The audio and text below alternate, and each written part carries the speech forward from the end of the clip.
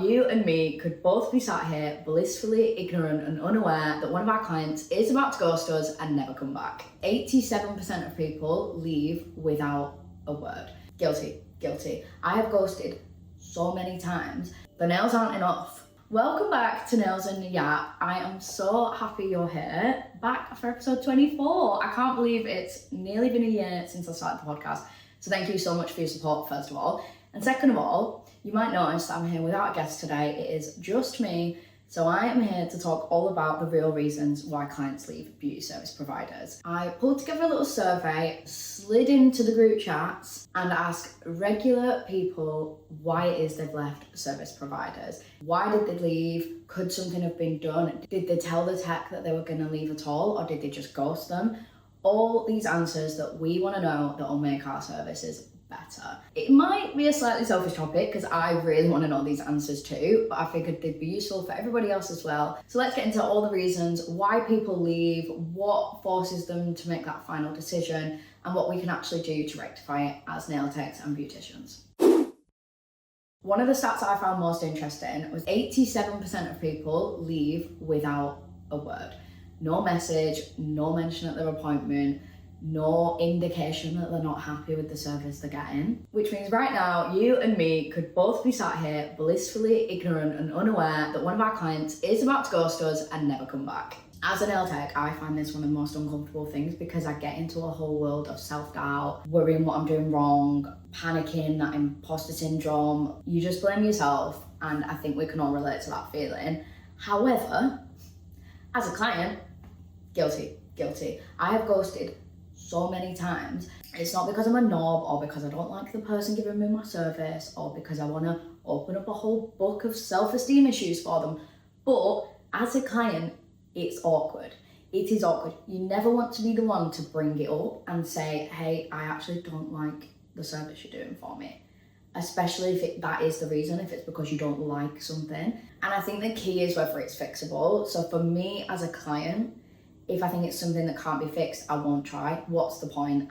That's my attitude to it. And through this survey, I've discovered that is a lot of people's attitudes. What is the point? But now I can completely see the other side. And as beauticians, we can't fix what we don't know. If somebody doesn't tell us there's a problem, how on earth can we fix it? One of the interesting stats that came up about ghosting was that 83% of clients who ghosted said that it was a slow build. It wasn't like a one-off experience. It wasn't a haircut that went badly or a disaster of a colour or a nail tech absolutely burned off their nail beds. For 83% of people, it was that slow build. It was coming for the service and leaving, not being happy. So then by the time they actually left as a client, it had been brewing for a very long time. If your client cancels twice in a row with a really, really vague excuse and then goes completely silent, they're not coming back. They've left and there will not be a third appointment. Put a finger down if you just spent an hour recording an episode and then finished, looked at the camera and realised you had a storage issue and it stopped recording at 15 minutes and you lost half your episode and now you have to refilm it again. Anyway, I'm going to try and not repeat myself too much and get back into it. One of the other big reasons that came up was the atmosphere. This is so important for clients, and 34% of the people I surveyed said that they left somewhere because it was a bitchy, horrible atmosphere. This one surprised me because it didn't have anything to do with the service itself. I really thought the actual service would come up higher. But actually the vibe is really important to people, and things like staff talking amongst themselves, not including the client in conversations, making catty comments, not being friendly or welcoming, that impacts our client experience a lot. And it makes it an unpleasant experience that people don't want to repeat. So when it comes to the vibe being the reason people left, somebody said, always got bitchy vibes, salons aren't always the most inviting places. Somebody else said, staff having conversations around you and not involving you. And then there was a mistake with my booking, no apology, just a shrug of the shoulders. Somebody else said it felt like the service provider wasn't personable. And then somebody else said girls can be bitchy, which I agree, girls can be bitchy, but not in my studio. It's not happening. And I think as an industry, we get such a bad rep for being unfriendly, unwelcoming, cliquey, intimidating, that it's our job to ensure our spaces aren't like that. You can be the most technically gifted nail tech in the whole country, but if your client sits in your chair for 2 hours, feels uncomfortable, feels like a spare part, feels left out of conversations, they're not rebooking. the nails aren't enough. Unsurprisingly, the actual service did come up as a reason people leave, but not in the way that we'd think. I thought it'd be like, hated my nails, had a dodgy haircut, brows looked shit, went for a brow wax and got asked if they needed their upper lip doing at the same time. Been there. But actually it's not the work being bad that seems to be the issue for people, it's when they don't feel heard and listened to. I showed her the photo 14 times. Yeah, you heard that right. One of the surveyed. One of the people who answered my survey gave somebody 14 chances. They showed the same inspo pic 14 times and didn't get the result they wanted. Every appointment, I had 14. I showed the same photo and multiple reference guides. It was never ending, promising they could do exactly that and never delivering. As soon as I changed hairdressers, it was done in the first appointment and I was totally validated. Somebody else said, constantly asking for one thing and being met with the near opposite, being interrupted during consultations and being made to feel too much. When I asked what could have been done to keep them as a client, somebody said, just kept the expectations realistic and redirected me to someone else, being honest if it was outside of their scope. And somebody else said, if they'd have listened to what I wanted and done what I asked for instead of what they wanted. I think over-promising and under-delivering is such a big issue within this industry. And it is open to interpretation. I do really feel for hairdressers. One person's caramel is someone else's copper. Clients aren't always the best at describing what they want, but if someone's giving you an inspo pic 14 times and you're getting it wrong, that's on you. I used to get really in my own head about saying no to clients. I thought they would think I was a bad nail tech. But actually, the more experience I got, the more I realised that clients value a no. I think it's really important to check yourself and know when something's outside of your scope and offer an alternative. A client would so much rather you said, I need to practice that first, I haven't done it before, that's not within my skill set, we haven't got time for it today, than you rush it or do it before you've practiced and do it badly. It's not good. It's not good for the client and it's not good for our reputation. I'm really guilty sometimes of clients coming in, I'll make them a brew and as I'm doing it, ask what they want on the nails instead of taking the time to do a proper consultation. I think especially when it's a client that I've built some rapport with, know what they like on the nails and have had for a long time, it's really easy to let that slip, but actually a proper, thorough consultation can really be the difference between a happy client and an unhappy client. And as we've learned, 87% of clients won't tell you they're not happy. So not only are we beauticians trying to do our job with a full diary, under time pressures, we're also supposed to be mind readers on top. I'm sure you won't be surprised to hear that pricing came up in 50% of the responses, but what I think you will be surprised to hear is how pricing came up. It wasn't as clear cut as just priced, it was quite nuanced, and there were a few different types of pricing issue. So number one was when people genuinely can't afford it. Things like big life changes, house moves, cost of living crisis, that's a biggie. Things that aren't our fault as techs and there's nothing we can do about it, so there's no point stressing. Second is when the price goes up, but quality goes down. Now this one is a big problem and it's where perceived value comes into things. When a price increase occurs, but the standard isn't maintained, clients just feel ripped off.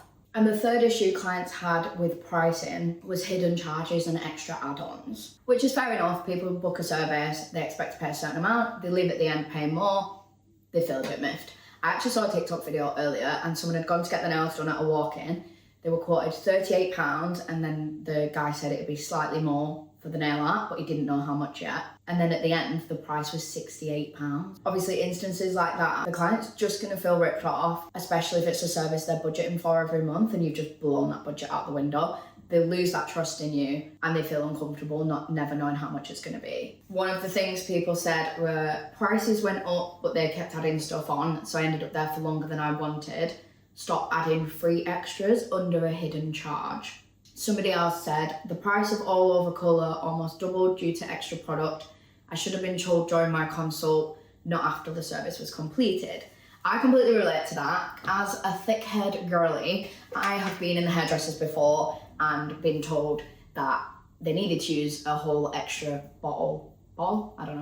extra thing of toner and it would be an additional X amount. And obviously when you sat there, there's not much you can do. You've shown the reference picture. Those are the products that are needed to achieve it. I can't exactly say no. In that instance, maybe the hairdresser didn't realise how thick my hair was before we got started, how quickly she'd get through the toner. But I do think it's something as techs we should be watching out for. The survey says we should be concerned about this as techs and watching out that we're not creeping up prices by accident or without clients being aware of it. I think pricing's a really tricky topic because everyone's costs are going up at the minute. People's council tax is going up, their food bill's going up, their electricity is going up, but so is ours, and we still need to make a living wage on top of our overheads, on top of our business running costs. I do strongly believe that we can't adjust our prices just to match someone else's budget, and one person's don't value it, can't afford it, way too high is someone else's perfect price. You can't price match to people's life circumstances, but you can be transparent. And it seems like adding things on without checking first is the real gripe that people have here. It's not necessarily that things do cost more, but it's that they're being added without agreement and without prior notice. As nail techs, I think it's something we can really easily avoid. For me, my nail art tiers are on the booking system. People usually know what they're coming in for. If they ask for something extra, I'll explain while they're sat in the chair. You reference pictures of different nail art tier, we can do that, but it'll be an extra X amount. Nobody gets to the till and is charged something they weren't expecting. I used to go somewhere where I didn't know what I was paying every month, and it would only be by a few quid, but I found it really faffy, even down to the most stupid thing, which was that I would always have my budget for like beauty treatments in a separate pot in my bank. So I'd move it over before coming because it was crap signal in the salon. I'd move my money over, and then if it ended up being £1 more, I'd then have to go into the pot with crap signal to get the extra £1 out. And like, yeah, maybe I should have just got into the habit of moving an extra £5 over or whatever. But then sometimes it'd be more, sometimes it'd be less, and you just never knew what you were going to spend. Evidently, clients like to know that, and I think springing a higher price on someone when they're already sat in your chair, nail art's curing in the lamp, that's not a conversation about pricing, that is a hostage situation. Sounds dramatic, but it is. They can't leave without paying that, and they might not have been prepared to pay that price. So let's get into what we can actually do about all this. We've obviously learned from the survey that pricing's an issue for people, so is overpromising, so is the vibe of the salon. So not only did I ask everyone what the issues were and why they left service providers, I actually asked what could have been done to prevent them from leaving. And a few things came back. Number one is to check in and not assume. Just a quick, how are you finding things? Checking in throughout the appointment, checking in at the end of the appointment. One of the things I think is really important is checking in at the start of the next appointment. So how did you get on? But even being more specific and asking, did you like the colour? Did you like the length? How did you find the nail art style? Anything we want to do differently today? I think it sort of gives that natural opportunity for people to bring up issues at the start of feeling dissatisfied, or even halfway through, but let's not let them get to the point where they're about to ghost us just because we haven't given them a chance to air any grievances.